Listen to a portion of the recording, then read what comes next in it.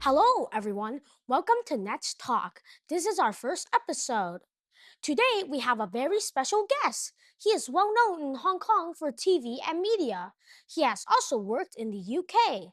Today, we will talk about learning English, how to be a good talk show host, and British food. Please welcome Mr. Stephen Chan. Hello, nice to meet you all. Nice to meet you. My honor to be your first guest. Thank you for being here. Right, the first episode, right? This is also the first time I ever been to a net talk like this. That's great. Hi, Stephen. Hi. Thank you for joining us. I am Darren. This is Mr. Don and Mr. Dan. This is Houston and Kathy. Steven, I've been watching your channel and your English is really amazing. And I was wondering, were you always this good when you were younger? Or you have to face some difficulties along the way? Well, thank you very much for your kind words, Houston. Well, honestly, no, I wasn't good at all initially. My main problem is not with the vocabulary or grammar or whatever. Nothing to do with that. It's about confidence. I was not too confident about myself. I used to be quite shy, even now. Although I don't appear to be shy, I was quite shy and always afraid to make mistakes. But my father, he noted that and he reminded me, do you really want to speak in English? Do you really want to learn the language? Learning a language is quite different from learning about a language. You may know how many vowels, how many consonants, how many diphthongs in English, but you may not know how to speak English. So he told me the only way to learn to speak in English is by speaking. After all, language is a communication tool.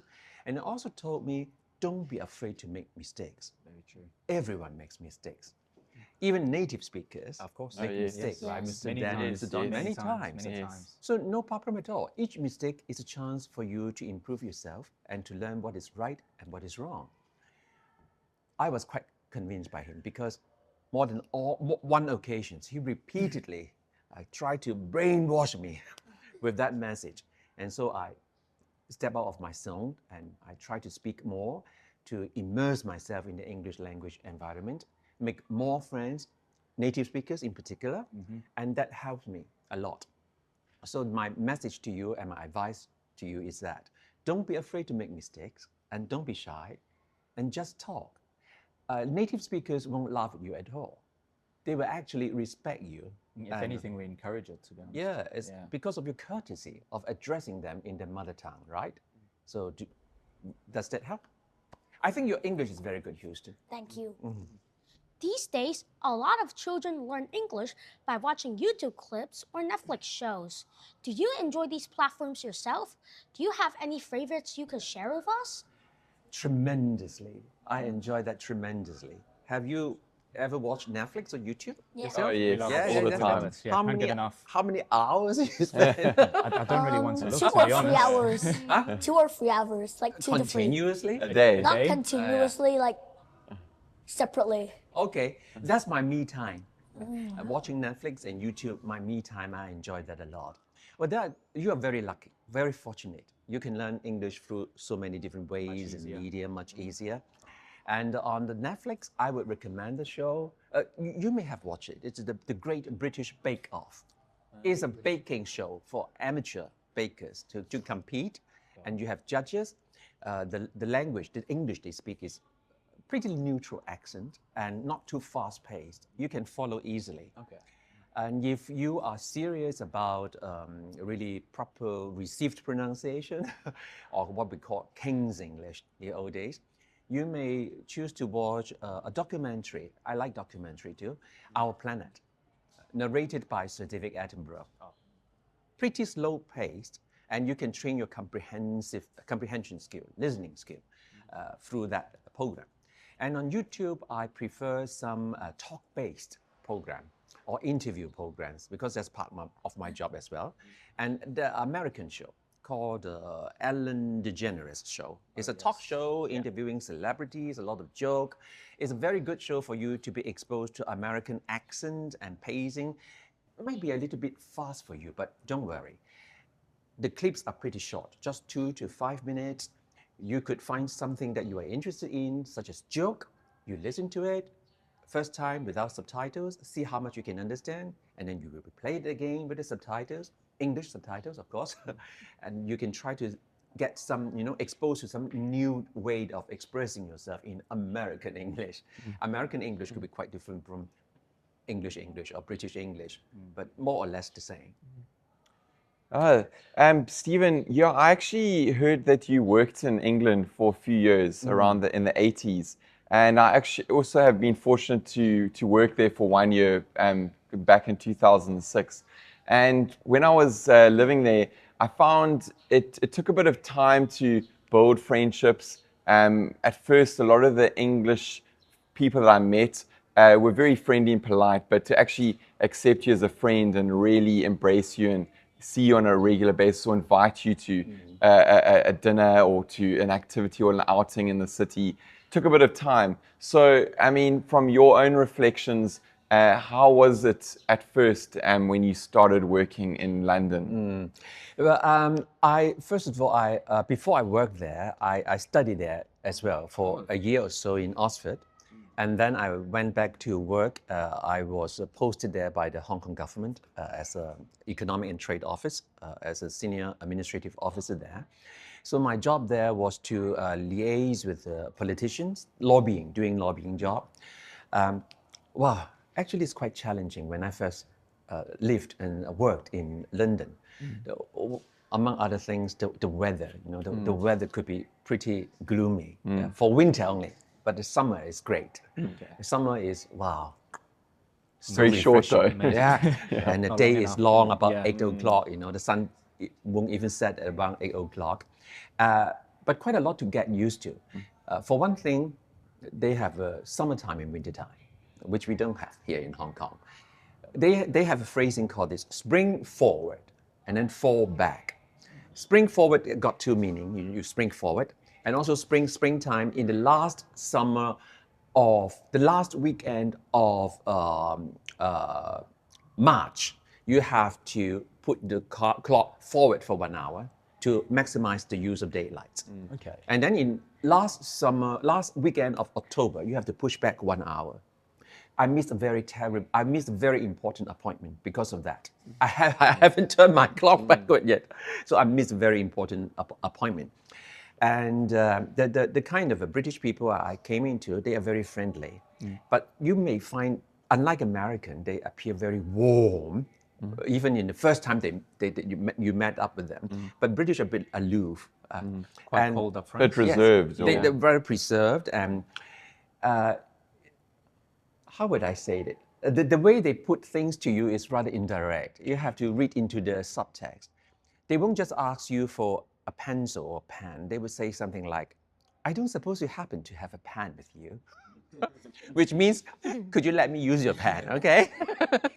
It's rather roundabout way. So, but once they know you, you get to know each other, they are very warm and friendly people and could be really, really like one of your family member. What else? Apart of punctuality. Our sense of punctuality is a little bit different. They could be late, say around for 20 minutes. I had one of those occasions, and then when he came, that guy is called Peter. When he came, he said, "Oh, because I just stopped by for a coffee." So when they say 2 o'clock, they may not really turn up at 2 o'clock. They may be 2:20. That is the way, their lifestyle. They prefer to be more relaxed, not be rushed. So such things are interesting. It's different cultures. There's nothing right or wrong in a culture. You just have to appreciate the lifestyle. You adjust, you adapt yourself to their lifestyle. Nothing right or wrong. But once I came back to Hong Kong, I became very rushed again. So I rather like that. Do you like the rushness? Like being rushed all the time? Not or what really. do you prefer? I prefer a little bit. And also the queuing culture. They would never jump the queue. But in Hong Kong or even in the mainland, people would just barge in like that. I once stepped out of the line once, but I was reminded, go back to the end of the queue. I was so embarrassed. I learned a great lesson. And how about you? Do you like lifestyle in London? Oh, in London, I was living about 2 hours in Norfolk, but it was great. It was a very good year, but I don't know if I'd want to live there permanently because as you say, The getting used to winter. the weather. Yes. And the food is another thing which Yes. can be trying. I mean, I do love a good roast. But one thing I did want to ask you is, you know, for me living in Hong Kong, I've had to get used to not wearing shoes inside. So I was wondering if, you know, living in England, if you invited people and they were wearing shoes, do you find that? Oh, or- that's fine with me. Oh, okay. But even in Hong Kong, I don't really need people to take off their shoes. Okay, all right. So that's okay with Yeah. me. I don't know when Hong Kong started that kind of, manners, taking off your shoes, maybe from the Japanese. Okay. The Japanese is different. They have tatami. The tatami is where they just lie on the floor on tatami. So you can appreciate why they would like you to take off your shoes before you enter the house. Either way is fine for me. But whenever I go to my friend's place, I would wear something like this shoes. Do you know why? It's a slip-in. I take it off and I just slip it in like this. It's easier. Oh wow! Oh wow! Yeah. Those are amazing. Those are great. Slip-ons. Yeah, slip-ons. Yes. Right. Outside slippers. That's great. Yes, right. That's great. It's easy. Yeah. Oh, speaking of England, I've always wanted to visit London and experience the food and culture. How did you find the food there? Not very interesting. I think that's being very modest. Yeah. Very And not too impressive. I missed Hong Kong food a lot when I was there. Not bad, but nothing too, extravagant or impressive. They're pretty straightforward, like fish and chips, like steak and kidney pie, which I can't stand. Steak and kidney, yeah. Can't go wrong with a fish and chips. Can't go wrong Yeah, with fish Hong and Kong's got chips. fish and chips. And the other one is what? The Sunday roast, which is pretty standard. You have roast beef and Yorkshire pudding, and the desserts are a little bit too sweet for me.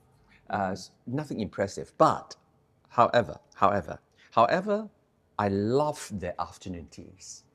It's so classy. So afternoon tea, basically for the middle or the upper middle class, where people will appear, very nice. You tried that before? No. You have that free tier of food, including some finger food, sandwiches, some cakes and scones. I love scones. You have crumpets as well. jam and also clotted cream. Devonshire cream. Yeah. You have fish and chips. I have some chips. Well, this we is have not someone very all, British. all the way from England. No, I'm asking for thicker chips. Where's the fish? Yeah, no fish. Today. No fish. fish? The fish has gone to British sweet. Yeah. Guys, especially in This the is UK. more French fries I than know, British yeah. chips. The thing is, we're not in England, so I couldn't find the real deal. Yeah, I couldn't find the real deal. So would you like to try some? Okay. That's very Darren, kind you of wanna you, try Mr. one? Moss. There we go. Yeah. Darren, you want to taste it? Yeah. Darren's Yeah. some chips. Are they, bad. are they cooked? Houston, Yes. I know you like your friends, your chips. Oh, good. Are they cooked? I think Darren enjoys eating a lot. I can tell. He Right? does. He does. Yes. Yeah, it's got a healthy So appetite. he's a real foodie. He Yeah. loves his food. Yeah. Yes. Well, talking about that scones, whether you should put the jam first or the clotted cream first, if you discuss that with the British local, they can discuss with you for ages which one you should put first. And the Devonshire cream is great. I once had afternoon tea in Devonshire. Originally, the cream, wow, so yummy. I love cream so much. I once went to a supermarket. I just bought that cream, and then just straight into my mouth. I think we've all done that before. Yeah. to be Yeah. honest, yeah. Yes, right. But don't mix up afternoon tea with high tea. High tea, when we say high tea, is really about early evening, Like light dinner meal. time more. Yeah, light meal with some meat, some bread, may or may not have tea. Originally for the working class, it's a working class thing. But the afternoon tea is for the upper class. You in the old days, but of course, no longer nowadays. You can also have it in some hotels here as well. Afternoon tea? Yeah, the afternoon tea. Would Oh, you yes. say it's similar back than England, I or could never find this kind of scones I had in England, in London, maybe in Devon. The scones are different. The scones there is much bigger and is much hotter and warmer. must be the And weather. battery, a weather. lot of butter. Yes, and the butter, and I prefer the scones, but not even with the raisins. I prefer a pure scone. But having said that, the food in London, or maybe in UK, much better now. If you walk down the street of London, you can easily find Middle East kebabs. You can find Thai food. You can find Indian curry. It's become a national dish because of immigration. And you can also find Chinese food. London is really superb. Some even better than in Hong Kong. I don't know why, but no longer in Chinatown. They have diverged into the Bayswater area. So a lot of very famous Chinese restaurant there, and they even have a Chinese supermarket dedicated to solely Chinese food. You can get all sort of Chinese ingredients, condiments, whatever you can think of there. So it's really a mixture of the culture and different people, different lifestyle, all meet up together like a melting pot, which is quite nice. And the actual tea, like drinking, say, Earl Grey tea or oolong tea, did you find the tea in England? Because tea is a big thing in Hong Kong, which I love too. Yeah. But do you find the tea a bit weak in England, or could be stronger, or? I compared with ours a little bit weak, I would say. Yes. The Earl Grey is not my favorite. English breakfast tea is my favorite because I like tea mixed with milk, and you don't mix milk into the Earl Grey tea. Well, not supposed to, at least. Not I'm guilty of mixing a little bit. Really? Now and again. Now and again. No. There's nothing right or wrong. It's just your own style. It's just your preference. Yeah, that's just all your it is. preference. Yeah, Yes. And I like Indian tea. The first time I tried Indian tea in Oxford, one of our student mate from India, she made that Indian tea for us with the ginger and all the spices. Wow, yummy. It's really yummy. What about the culture there? Do you have any funny stories you could share with us? The culture, oh yes. The road signs. Is it part of culture perhaps? There is a road called No Through Road. I thought it was the name of the road, but actually it just tells you that it's a dead end. I said, let's meet up at No Through Road. And, No Through Road? We don't have no through. That is also very British. They won't say it's a dead end. They say it's a no through road, a road which can lead you to nowhere. They're trying to be polite about They're it. trying to be polite. The dead end doesn't sound good, right? And also the punctuality thing, that one thing that I have to get used to. And the name of the shop. There's a stationery shop called W.H. Smith. I know, yes. Yeah. I don't know how to pronounce it. Perfect. Yeah. Smith. Smiths, we just call it Smith. Smiths. It's Smith. The first time I called it is Smith. So it's quite. I really enjoyed living in a different country, different culture. You can come across so many different things which you would never be able to come across if you stay put in Hong Kong all the time. So I understand you guys have some going to elsewhere, right? Austria is Austria exchange or whatever. They've done quite a few. They've been quite a few to exchanges. Prague as well. There's gonna be a Korea exchange very Korea? soon. Yeah, Korea Soon. Have you been to Korea before? No, Oh, 감사합니다. I've been to Japan. Really? Yes. Do you like Japan? Yes. Can you say a few Japanese words? Kudasai. Oh, kudasai, konnichiwa. Gohan. And I think Bengoshi is a lawyer. Okay. Gohan is rice. Gohan is rice. And in Chinese it's called jiugokuji. Jugokuti? Yeah. Well, that's your jiugokuji. I'm Chinese. What that's is your mom. Jugokuti? Jiugokuji is Chinese. It means. Oh, Now you get it. Yeah. I understand it now. Good. Yes. Any other thing that you would like to know? Steve, I just want to ask, talking about travel. So Travel. obviously you traveled around England as well, and I know everyone has different accents. Did you struggle to understand? Because my grandparents were from two different areas, and then when they would speak, I would often find it difficult to understand each one. Could you demonstrate? I wish I could. I think I have a bit of Do a a Scouse accent. Yes. a kind of cork and a packet of chips or something like Okay. that. Not bad. Yeah. Yeah. So one of them was from Manchester, other one's Scouse as well. So how did you find the languages? Was it difficult? The accents. Or the The accents? accents. Yeah. The accent sounds more like a different language for me. But it's difficult.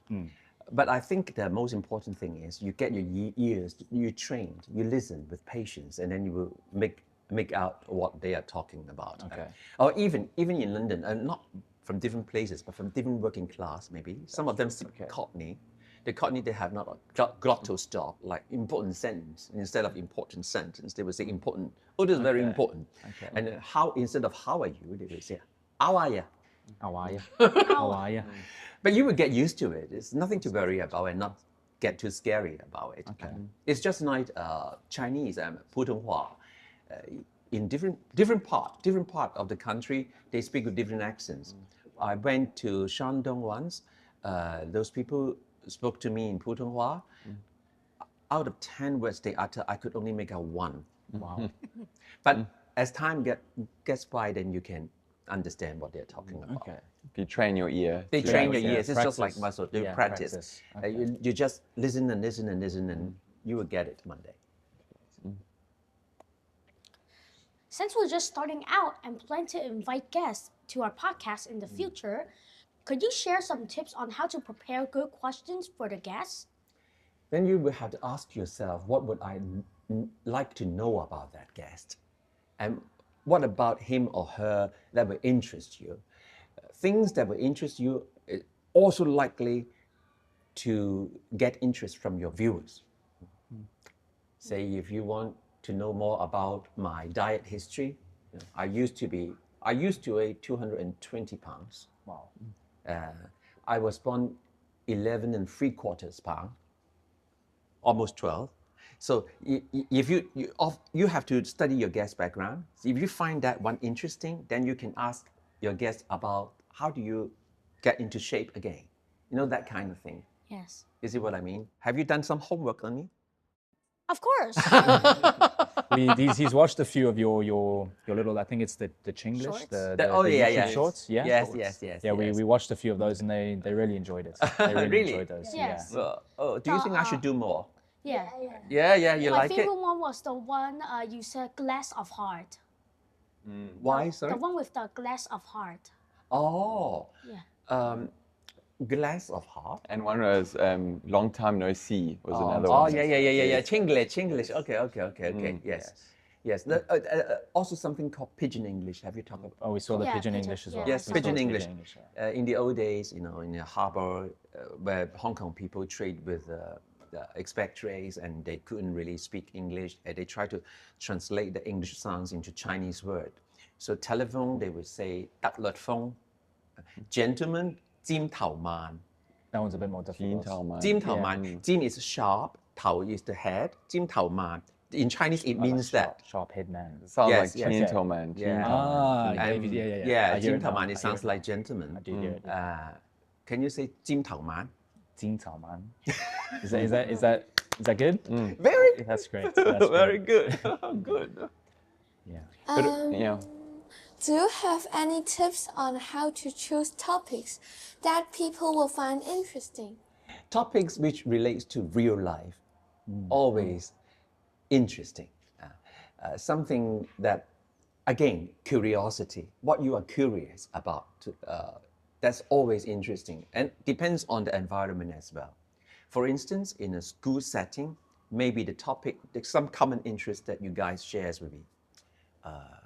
Exams, you can talk about exams. That will interest everybody, right?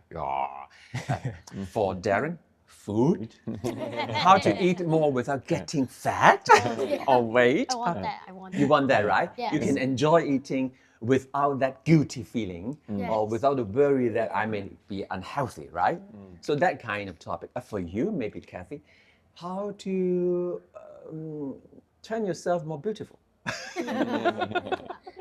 And look more sweet. Hairstyling. That kind of thing that you're curious about, that you want to know more about, your viewers will also want to know more about. That's a very good point. Thank you so much. I think we are all more confident now. That's today's show. Catch you on the next one. Yeah. Thank you, Stephen. Yeah. Thank you. Great. Thank you so much. Nice Thank you for meeting coming. you. Thank Hi. Very good English. Thank you so much, Stephen. Thank you, Nice meeting you Darren. again. Nice meeting you, Kathy.